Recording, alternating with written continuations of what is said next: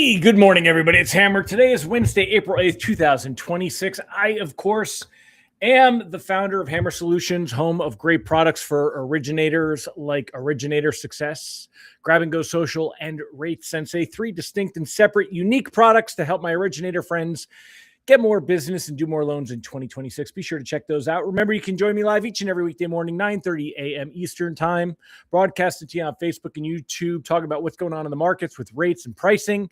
Got some exciting news today. We've got the ceasefire. A lot was going back and forth, and I didn't really address it yesterday or Monday. Again, we know that Trump posts some really outlandish, sometimes disgusting tweets, posts, whatever you want to call them. And anyway, there was, a lot of talk yesterday over the talk of the comments that he used, the words that he used of destroying a civilization. And I think that it did ramp up markets' concerns of they just didn't know where things were going to go yesterday. We knew heading into the 8 p.m. deadline that we were going to see markets react somehow. So today we're going to talk about what reaction we did see, the ceasefire that was announced, what effect will it have on rates, and how long will it have an effect on rates? So we'll go over all of that and a little bit more today. Remember, you can be reminded that I'm going live so you don't miss a moment of the show, hmmr.io/reminder, or use this cool QR code over here and get signed up for our text reminders. You could also sign up for our email lock advice, www.ratelockadvice.com. We also have some great text alerts at www.ratetextalerts.com. You could learn more about Originator Success at originatorssuccess.com and learn more about Grab and Go Social at grabandgosocial.com. So go check all of those out today. Let's go ahead and say hi to all of the live friends, and then we'll jump in and get started. Good morning, Kelly Haney. Randy Teakle said, I don't trust the ceasefire. It's all part of the game. That very well could be the case. We'll talk more about that, Randy. Definitely want to hear more from you. Ron Siegel, good morning, sir. Ron Siegel says today is National Empanada Day. Now, I know that this is for any of my Mexican friends, for any of my Mexican cultured friends, you're gonna have to forgive this gringo. Most of the Mexican food that I have access to in America, it looks like the same 6 dishes called 97 different names. So I'm not quite sure what an empanada is. Not quite sure what an empanada actually is. But yeah, so today is National Empanada Day. Good morning, Tom Denmore. The knee is healing up. Pain is comes and goes. Not sleeping all that great these days. And sciatica has been kicking my ass. It really, really flared up sciatica for me. So that's been a lot of problems. But thank you, sir. Good morning, Ms. Melanie Hoffman. I hope you're doing well. Tim Klyla, Mike Tebow, great to have you here. Allison Foy. Zane, good morning, sir. Rob Wilson, thank you for the welcome from Texas. All right, let's go ahead. Let's jump in.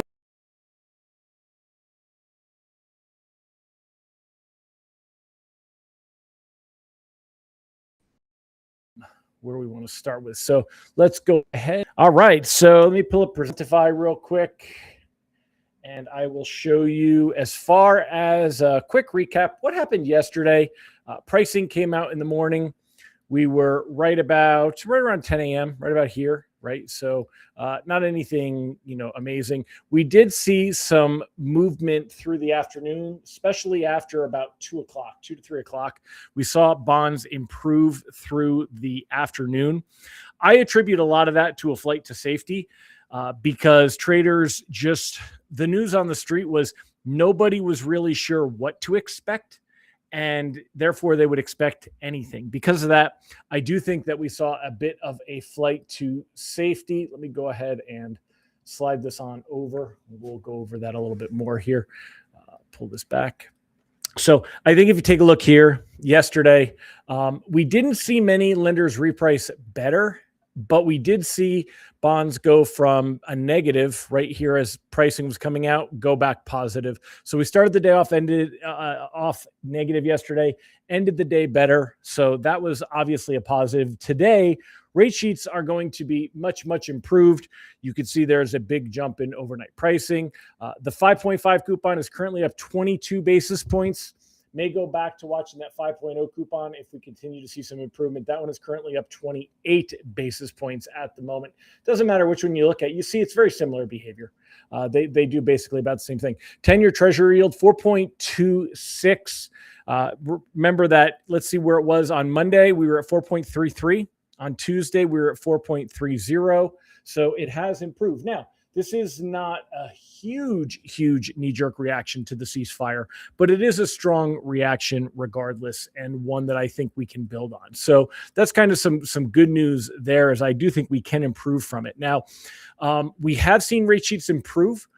So if we take a look and pull this over, there you go. Okay, so taking a look here, actually make my head a little smaller. There you go. Get a little more room over here. So taking a look here, you can see that, yesterday, it's funny because it shows that we actually ended right around the same level. We've been the same for the last few days. Today, you should see a pretty significant drop. If you look at where mortgage-backed securities are right now, mortgage-backed securities right here. Again, arguably, we're testing this 50-day moving average, the red line. Doesn't matter. Don't worry about the moving average. It's not going to.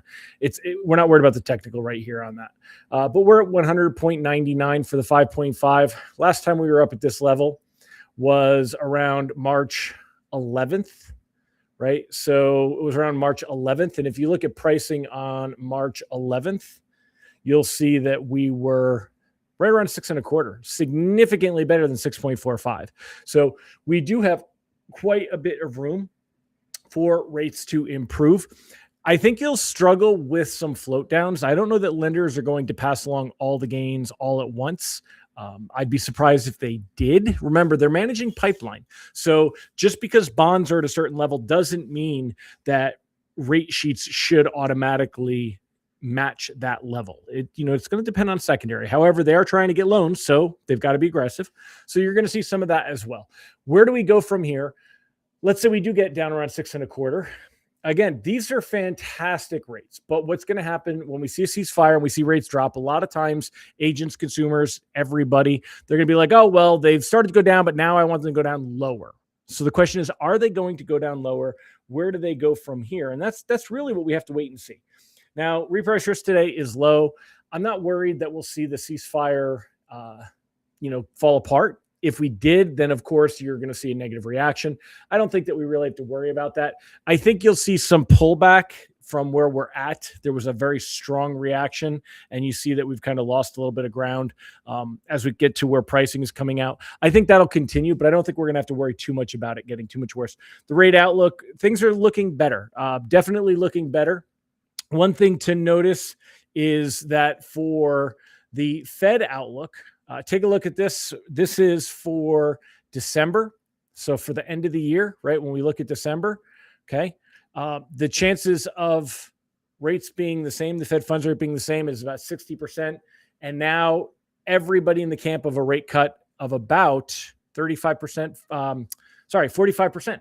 So there's about a 45% expectation that we're going to see a rate cut by the end of the year now. So markets very, very quickly switching gears on that expectation. So the fear of inflation, risk of inflation can't be enough that it's really, really driving everybody the way that they say that it is.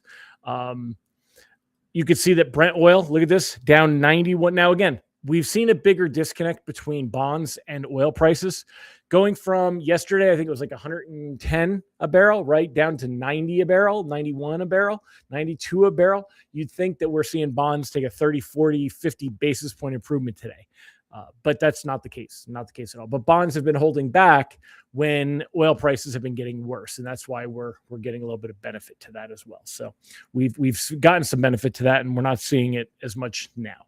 So, all right. Well, again, lock advice, cautiously float. We're looking to see how rate sheets improve, how much they improve, where they improve, and we'll go from there. We'll see where it goes. So, the question is, how far will rates go? And now it depends on some of the more natural rollouts. So will the Strait of Hormuz actually open? I've read different articles about that, different headlines. Some say it's already open, it's part of the agreement, but yet there's also some talk of concern about, getting ships through there and if it's really open and what that looks like. So there's a lot going on with that.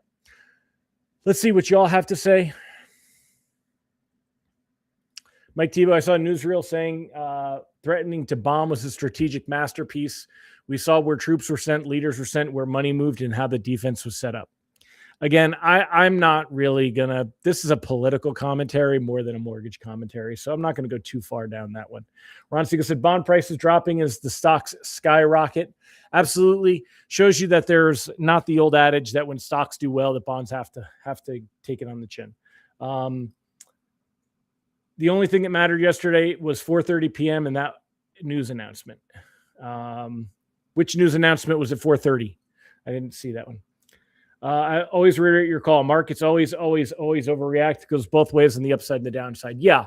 So, and because of that, you want to look and see if there's, if we start to give up the gains, will you lock in anything short term? Absolutely. The good news is that we're still in a position that things, loans longer term, rates longer term, should continue to be in a better position. That's the expectation, is that rates will start to work their way down, but we'll see how that comes and where that goes from here. So, and an empanada is the Mexican equivalent of a fried pie filled with all sorts of fillings like sweet potato, apple, sometimes meat, usually baked. Oh, that's right. That's right. Thank you. I'll have to Google that, Ron, and take a look at that one. So, all right. Well, my friends, the ceasefire announcement was at 4:30. I missed that. Really? Because I did not see anything referenced on that. I know that Pakistan was pushing for that, but I did not see a ceasefire announcement at 4:30 p.m. 4:30. Are you pulling 7:30 p.m. Eastern? Are you saying 4:30? Are you using Pacific time? Don't use Pacific time. You know better. Because at 4:30 p.m. Eastern time, there had definitely not been any. That would have been when I sent out my end of day text. That would have been, I always check the headlines and go through Bloomberg and Wall Street Journal and a couple of other ones real quick. And I mean, that would have popped up there all over the place. So all I saw was that Pakistan was trying to get a 2-week extension and on that and get a ceasefire. So, all right. Well, anyway, I'm going to wrap up, my friends. Going to be in the car today. Wish me luck. We're headed to, okay. Yeah, that's fine. Yeah. See, Faker, 7:30 p.m. Talk in real time. And then, but anyway, I'm going to be out here. I will be coming to you from Virginia Beach tomorrow.